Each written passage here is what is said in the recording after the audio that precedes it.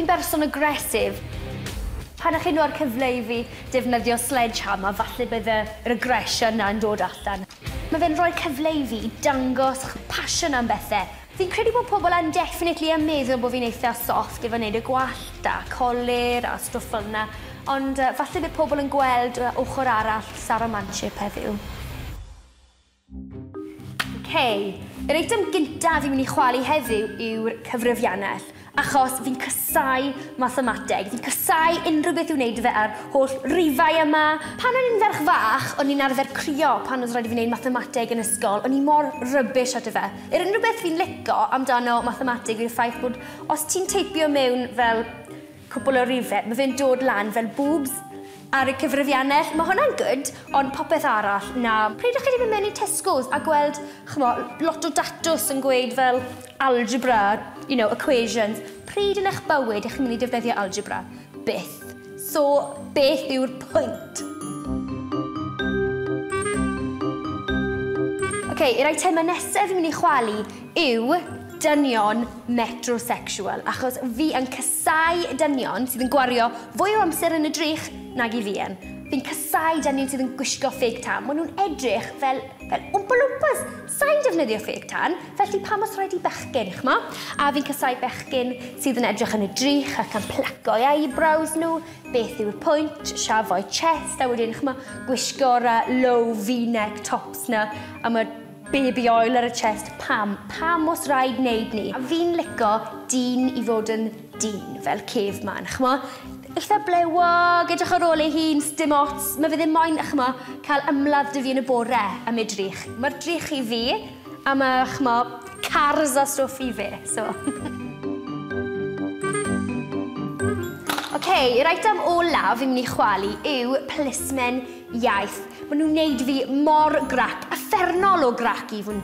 Achos, maen nhw'r bobl sy'n gweithio fi, Pwynt sy'n pwynt i siarad Gymraeg os ti ddim yn siarad Gymraeg yn rhugl cant y cant. Nag o'n i'n digon lwcus sy'n mynd i byw mewn teulu sydd yn siarad Gymraeg. Dim ond fi sy'n siarad Gymraeg yn y teulu fi. O'n i ar y radio unwaith, oedd dyn yn ei cyfweliad, o'n i'n mwynhau cael chat bach.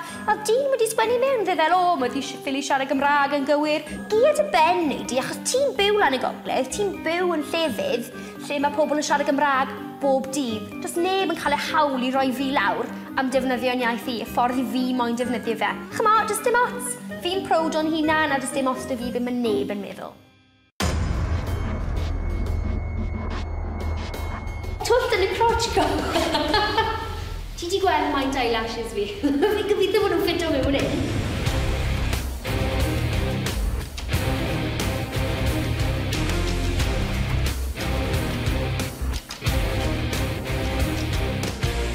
Dyna ni, y foment wedi bod yn aros amdano.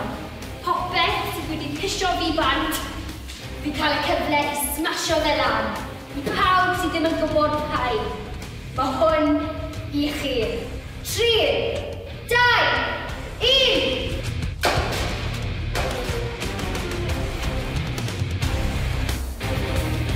A nesaf, bechgyn metrosexual. Dyma amser fi i bwrw nôl.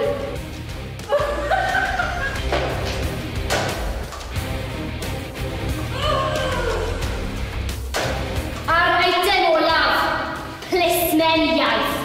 I pawb sydd yn ceisio stopio pobl rhag gwneud ymdrech. 1, 2, 3, capra!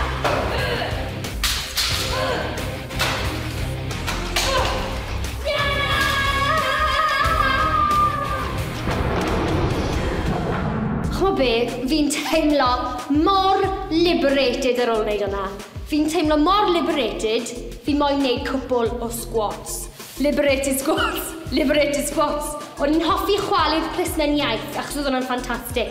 Ond i'n lico'r mes, roedd y fake tan, oedd y metrosexual men yn gwisgo. Oedd hwnna yn brilliant. Fi'n credu allai'r wisg yma gweithio. Falle os fi'n yn y tŷ neu rhywbeth, ond na, sa'n credu fi'n mynd i gwisgo fe ar y llwyfan, ond na, mae fe'n ffantastig i smasho pwp pethau lan.